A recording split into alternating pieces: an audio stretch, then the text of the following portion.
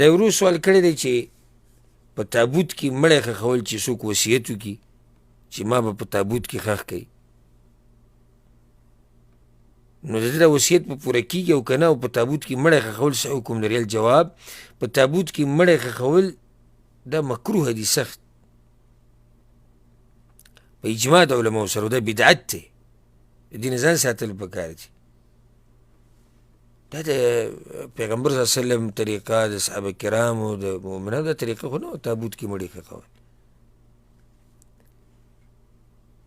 نو عام حالاتو کې د ده وصیت به نه پوره کېږي ځکه چې د بدعت باندې وصیت کوي، الا دا علماو استثنایي حالات ذکر کړي دي چې ضرورت په بنا، لکه اوس مثال کې داسې چې یو مړی دی او وسوځېدو، یو سړی دی سوځېدلی دی او مړ شوی دی او ټول ټوکړې ټوکړې دی او دی نه راټولېږي په بل څه کې او په تابوت کې اچولی دی، نو بیا پکې څه حرج نشته ځکه چې دا خو ضرورت دی که نه.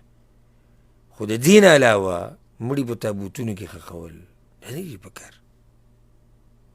ها د ضرورت په بنا څه حرج پکې نشتي. والله اعلم.